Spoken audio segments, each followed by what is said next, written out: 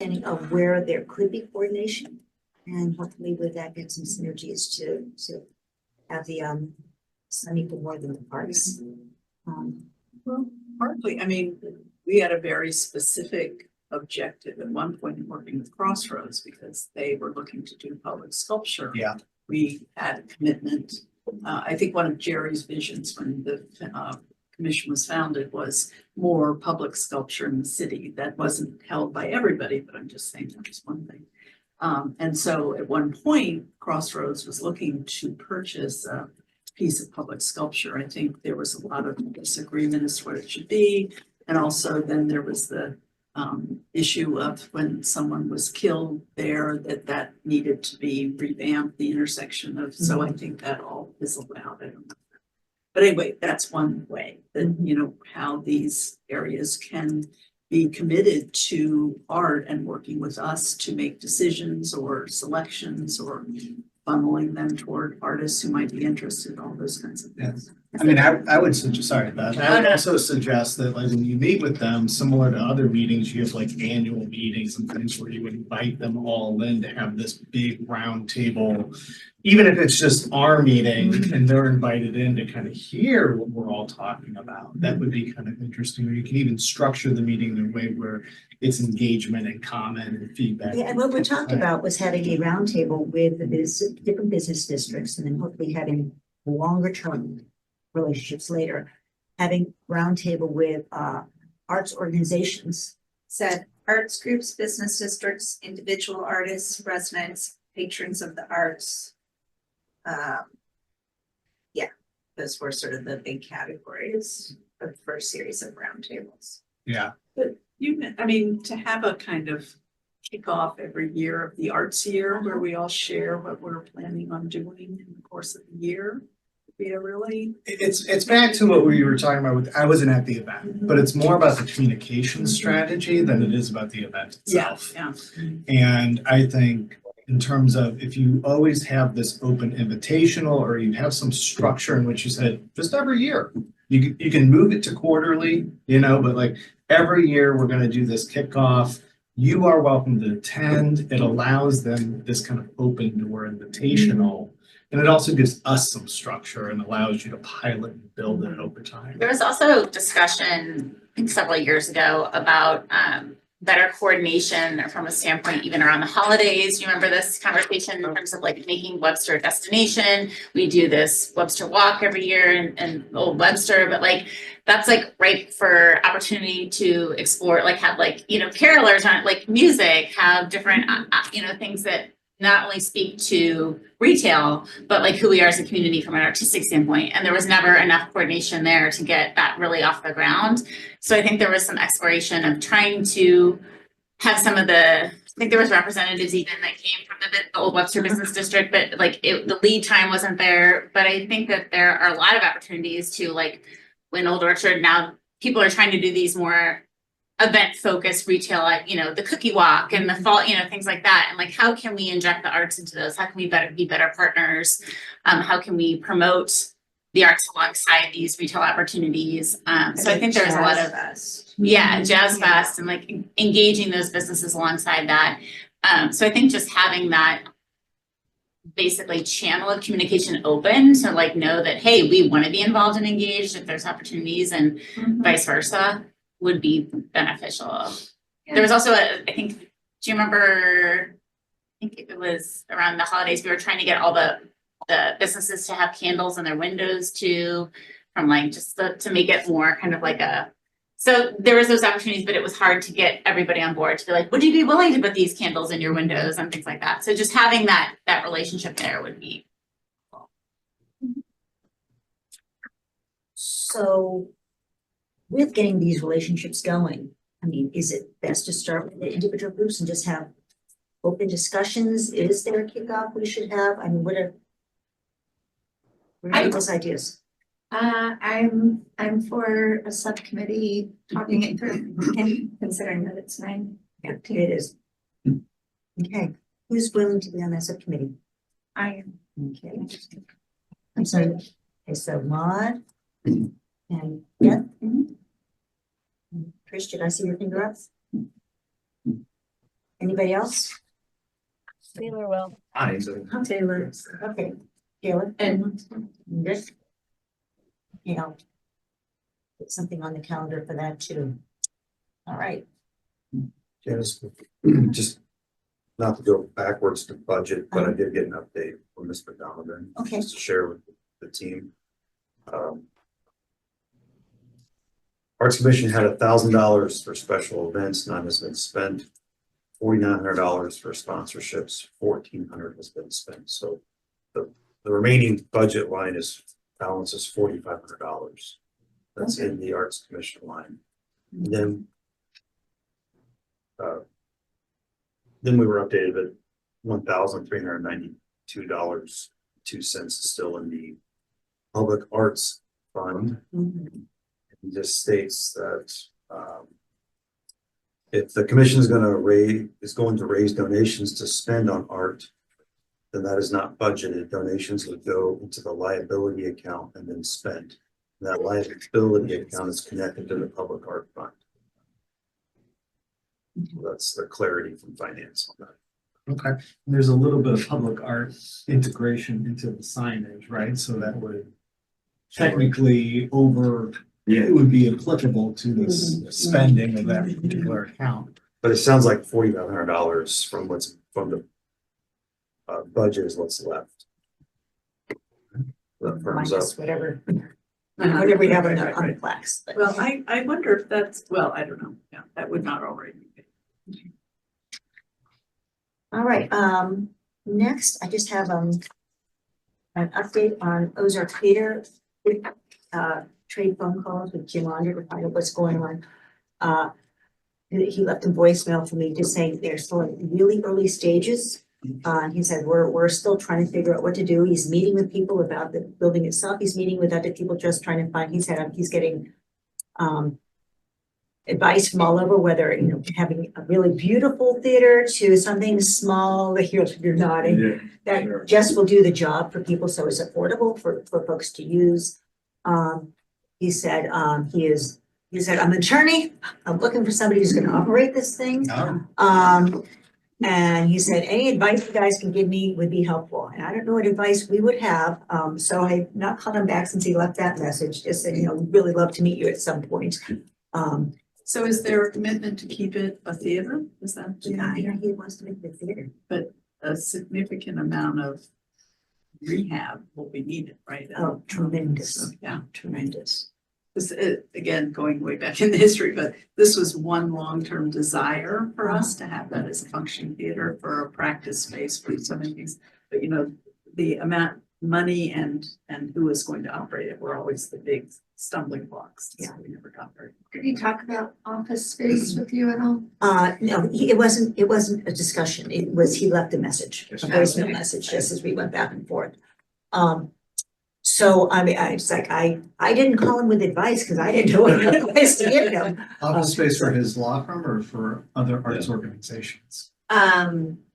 Additional for his law firm. Yeah. Not getting rid of his other space. And I've also read that he's buying in Richmond Heights or Brentwood or something. too. So I would hope he's already talking to RAC about. I'll just add Now. too that I've been in touch with him as well in kind of a similar, we're playing phone tag way. And he and I have connected a little bit about the ongoing management and use of the space. And my impression was that it's thinking right now about live performance space with retail options as well. So as far as office space, I don't know if that's kind of more the direction that he's still thinking, or if he's thinking, rehearsal space and things like that, but I'll just add that if anybody has a more direct line, I'm very happy to chat with him more specifically about operations and all of the theater management piece. That's actually what I do. So I'm trying to shake him down too, if anybody has a more effective way to grab him. I would make the assumption that he has not spoken with the Regional Arts Commission or any other types of agencies if he does not have an operator and he is still in the beginning phases of renovation of the space itself. It's almost like that's 2 years down the road, Yeah. maybe, I mean, right? I know he's in touch with his architect is in touch with the Historical Society, to get images of some of the old restoration pieces and things like that as well. So I know that he's very interested in preserving, the visual history of the building as well. Well, then I call him back and suggest he talks to RAC, who has an idea of hopefully all of the different arts performing arts organizations in town, and can maybe give him a little guidance more than we can. I I'd don't be know, happy I to need talk with him to too. More of a development Mhm. entity, but yeah. I'd be happy to talk with them too, because I'm very interested in how it sounds as though the stages are still very early, which is what I Extremely. assumed. But the city and this committee could be really involved and instrumental in making sure that it's actually successful. I assume it's gonna operate at a loss for many years, but it doesn't sound like that's an issue. I'm still hoping he'd come and speak, and when I called him, I asked, would love to talk to you, would love to have you come and speak with the commission. And he's not there yet, but. So, But I mean, that's a cultural vehicle that could launch Yeah. the city into a whole other, well, especially since, we're doing this, since we're talking about, what are we doing to pay out being city of the arts? And with the announcement that the opera Yeah, Right. I'm Has an losing option. opera theater. That's right. an option to purchase land in Clayton, and you'll probably lose the route, so. I would imagine we would probably go Yeah, together. I think that's gonna be the next transition. So to be thinking ahead to say, okay, if we're potentially losing a huge cultural piece of the city, how do we help replace it? Maybe for us. The opera was pretty close to being here though, right? Because like they're thinking about buying land from Eden. Well, they were looking at two pieces. Now they have an option, and it is just an option on the piece in Clayton. They're still in due diligence and all of that. But I'd say don't lose all of it, because I think we have land and we have a desire in this community. But I think that if we get, the right people in front of the right people, then I think things can happen. And Hunter's one of them, obviously. And yeah, it's a question of whether or not we wanna, could this commission be helpful in engaging any of those players and trying to, is it worth it for the community to keep those, to advocate for other opportunities within Webster Groves, or is that not something that we wanna? I mean, I think traditionally from opera theaters felt that it's not as well supported by the community as it could. Their people are much more Clayton people than they That's are right. Webster people Yeah. when you look at who buys tickets. So that's. Yeah, and I that's think one they're of the also issues. looking at accessibility. And Yeah. Well, I Right hear it off all the the- time from opera. They think coming to Webster Groves is a distance for them to travel, and these people don't, I know, it's Yeah. crazy. No. It's crazy. No, And that's that true. they don't Crazy, drive at you night, can do and it. so this is. That's right. But just being right off the inner belt and 40, just that, I think Yeah, that feels more right. simple Yeah, to them. But I would look at it as, in terms of honor in this theater, is that void is the opportunity. Meaning, I don't think you're gonna match that type of level of excellence in terms of theatrical productions. But what are you trying to do is the question. Maybe we can put an opera out here. True. I mean, That's it's really a great facility. cool, it's gonna be a beautiful theater space, and how many places have that look? I mean, he's gonna do a great That's right. job. That's right. And there are a lot of smaller theater groups who are looking for something that size, so. I think our biggest problem always is parking though. We bring in a whole bunch of people like Alan and Oakview, Yeah. struggle with that right here. I mean, obviously in the city parking lot in the evenings and everything, but I think that's always gonna be a struggle in this community. And bringing that up, I think one thing as arts organizations, maybe trying to come to Webster, the more we can do to stress the advantages to our community, because I just remember when the St. Louis Artists Guild wanted to move into the church, and all the neighbors were like, oh, Oh, really? parking. Yeah. I mean, Yeah. we have a horrible reputation Yeah. about closing things down because of the NIMBYism. You know, great for the city, but not Yeah, my yeah. street. I know. So, Because of cars. Well, Webster University's bought. yeah, I mean, look at what we just went through with KBC. I mean, it's gonna be a Yeah. beautiful, multi-million dollar, tens of millions of dollars facility. It's gonna have, I mean, impact on the community, but it was all about the neighbors that surround it, and it should be, but it just, it's difficult to, I think, for people that are so used to the community the way that it is, to see or accept change and think it's not gonna be bad. mhm. So, I mean, that's in the future, that's something I think we can definitely try to assist with.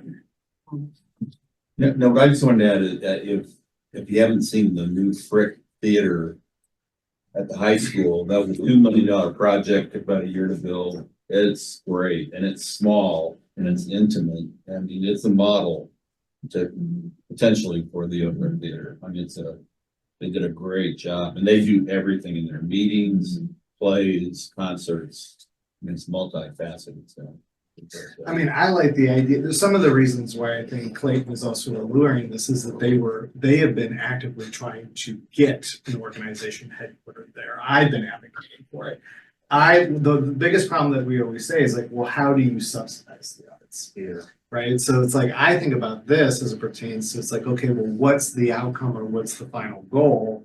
And how does the municipal government support it? Whether it's a financial tax credit, I don't care what the vehicle is, but in some way, it's gotta support the success of that. The hard work has been done about it being purchased and utilized for an actual arts organization. The hard part's been done. Now it has to be successful. And this is where I think Webster Arts can come into play, because those are the people that are most intimately involved with the arts community, while the city can support from financially or with zoning and everything like that. It's really gotta be that memorandum of understanding in some form or fashion where the Arts Commission or the Webster Arts is really doing the legwork. The city's doing the behind the scenes work. Well, the other thing with Upper Theater is the reason they're moving is because they can't put on, opera has massive productions. Yeah. And the rep stage doesn't accommodate it, so they're just looking for bigger space. Yeah. It's not that they don't want to stay in Webster, they would love to stay in Webster. But they need bigger space to accommodate their, massive opera production they've ever been on. So are there any next steps for the Ozark Theater? You mentioned wanting to speak with him. Is there anything you think we can or should do right now? I'd like to try and connect him to the guy who basically set up Kirkwood Performing Arts Center and is now at the Missouri Arts Council. Just like rap, but statewide. And so I'm happy to keep playing phone tag to try and get that conversation going. Wonderful. Wonderful. Thank you, because I think the more helpful he thinks we're being, the better it is for all of us. I do think also, depending on the renovation timeline, it could be a really great partnership to host things like the roundtable moving forward. Definitely. Actually, the roundtable with. It's really the right time for these roundtables to be publicized with conversation, considering arts groups leaving, arts groups recently being rescued. It's a good idea. Can also add one idea for the Ozark. Ozark Theater is the oldest movie theater west of Mississippi, and I've heard that they want to repeat history. And we need a movie theater in town. And we have to go to Ronnie, and we've got to go to the Esquire. And it used to be a mainstay that you could go see a movie at the Ozark Theater in Webster Groves. And so that's one idea. You just return it to a movie theater. I mean, the Hopefully operating, not with the 1980s design that it has with the thought. Hopefully keep it in thought. one last thing, it's like, what I don't know about is that I would assume this would run as a nonprofit. But I'm making a huge assumption, True. Right. right? So I would assume that it should be a nonprofit, but I don't know. Okay, it's 9:32. Any other business?